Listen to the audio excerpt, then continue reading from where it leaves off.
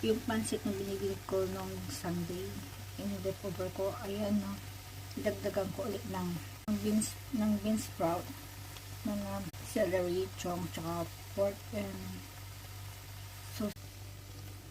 Ayan, mas lalong sumarap kaysa yung unang binili ko na walang kalasa-lasa. Ngayon ay may lasa na kasi nilagyan ko siya ng pork, sausage, minced fish, meat, fish bowl, tsaka yung chong, tsaka celery, yung Chinese celery, maliit.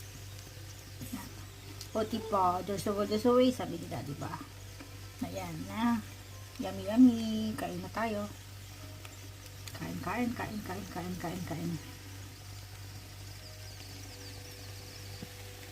Taba-taba.